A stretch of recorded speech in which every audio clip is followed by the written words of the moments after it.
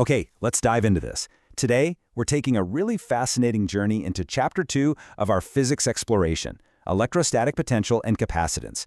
We're going to bridge the gap between those invisible, microscopic forces that govern charged particles and the very real-world energy storage technologies that literally make all our modern electronics possible. Here's a quick look at our roadmap for this explainer. 1. Understanding electrostatic potential. 2. Mapping equipotential surfaces. 3. Conductors and dielectrics. 4. Principles of capacitors. And 5. Storing electrical energy. Part 1. Understanding electrostatic potential. You know, what's really fascinating is how these invisible electrical forces actually mimic something we experience every single day. Just think about lifting a heavy box off the floor. You're doing work against gravity, right? And that work is stored as gravitational potential energy. If you let go, well, the box falls and that potential energy instantly turns into kinetic energy. Electrostatic potential works on that exact same principle. Just like lifting that mass, when you force a positive charge to move against the repulsive force of another stationary positive charge, you are doing work. And that work gets fully stored as electrostatic potential energy. So formally speaking, electrostatic potential, which we represent with the letter V, is the work done by an external force in bringing a unit positive charge all the way from infinity to a specific point. The absolute genius of this concept is that we divide the total work done by the amount of test charge we're actually moving. Why we do that? Because the resulting quantity becomes a characteristic of the electric field itself. It's completely independent of whatever random test charge we happen to use to measure it. It is just an incredibly clever mathematical trick. But notice the stark mathematical difference in how these fields fade out over distance. For a single point charge, the potential drops off proportionately to 1 over r, where r is just the distance. But for an electric dipole, which, remember, is a pair of equal and opposite charges separated by tiny distance, the potential falls off much faster. It drops off as 1 over r squared. It turns out that, at a large distance, the opposing fields of the positive and negative charges actually start to cancel each other out. Part 2. Mapping equipotential surfaces. Imagine you're walking along a perfectly flat ridge on a mountain. Because you aren't going up or down, moving along that ridge requires zero effort against gravity. That is exactly what an equipotential surface is for an electric charge. For a single positive point charge, these equipotential surfaces form perfect concentric spheres. If you move a test charge anywhere along the surface of one of these spheres, the potential is perfectly constant. And that means the work required to move it is absolutely zero. And this brilliantly illustrates what happens when we introduce a dipole. Notice how the equipotential surfaces actually adapt when we have two opposite charges close together. They aren't perfect spheres anymore, right? They kind of stretch and compress. But they maintain one crucial, unbreakable rule of physics. Equipotential surfaces always remain perfectly perpendicular to the electric field lines. It's this beautiful geometric dance between the potential and the field. Part 3. Conductors and Dielectrics. When you place a metallic conductor into a static field, something amazing happens. Because metals have free electrons, those electrons chaotically rush around until they find absolute balance. The result?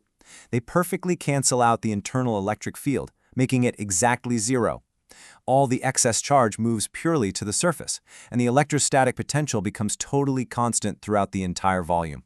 It's really just nature effortlessly finding absolute equilibrium. And because those free electrons rush to balance the forces, all the excess charge resides entirely on the outer surface of the conductor. This leads to an incredible real-world phenomenon called electrostatic shielding. Basically, if you hollow out a cavity inside a conductor, anything placed inside that cavity is completely protected from outside electrical forces. The external field outside could be massive, like a literal lightning strike, and the electric field inside that cavity remains exactly zero. But what about materials that aren't conductors? Unlike metals, where free electrons move freely to completely cancel internal fields, non-conducting insulators, which we call dielectrics, don't have free electrons. Instead, their molecules literally stretch and align with the external field. They polarize. This polarization creates a secondary, opposing internal field. Now, it reduces the overall electric field inside the material, but it doesn't cancel it out completely. Part 4. Principles of Capacitors. Think of a capacitor as a sort of energy trap. It's essentially just a system of two conductors separated by an insulator. Its core measurement is capacitance, represented by C. Capacitance is just the ratio of the charge, Q, stored on the conductors to the potential difference, V, between them. It's a constant that's determined entirely by the physical shape, size, and spacing of the conductors. Ultimately, the higher the capacitance, the more charge your device can hold at a relatively low, safe voltage. But we can't just pump infinite charge into a capacitor indefinitely. 3 million volts per meter, that is the dielectric strength of air. If the electric field between your capacitor plates gets stronger than this, the air literally breaks down. It goes from being an insulator to a conductor. Sparks fly, and all that stored charge violently leaks away. The stakes are real here. To store large amounts of charge, you absolutely have to design around the breakdown limits of your materials.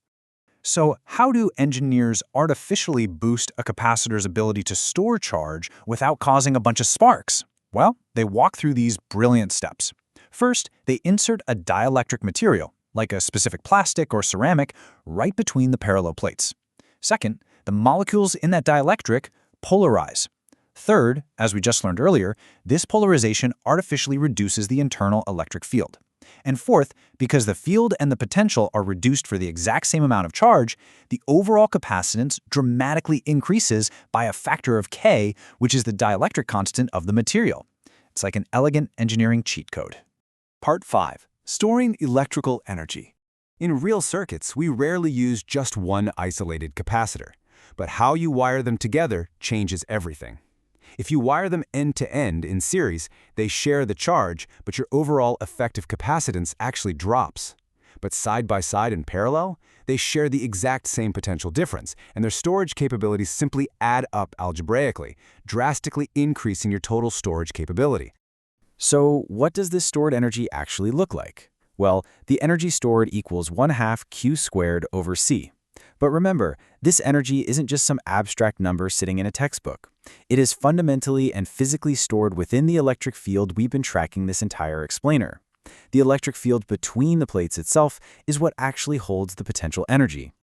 So, the crucial point is this. We've taken an invisible force, mapped it out, contained it using conductors and dielectrics, and successfully trapped its energy inside a capacitor.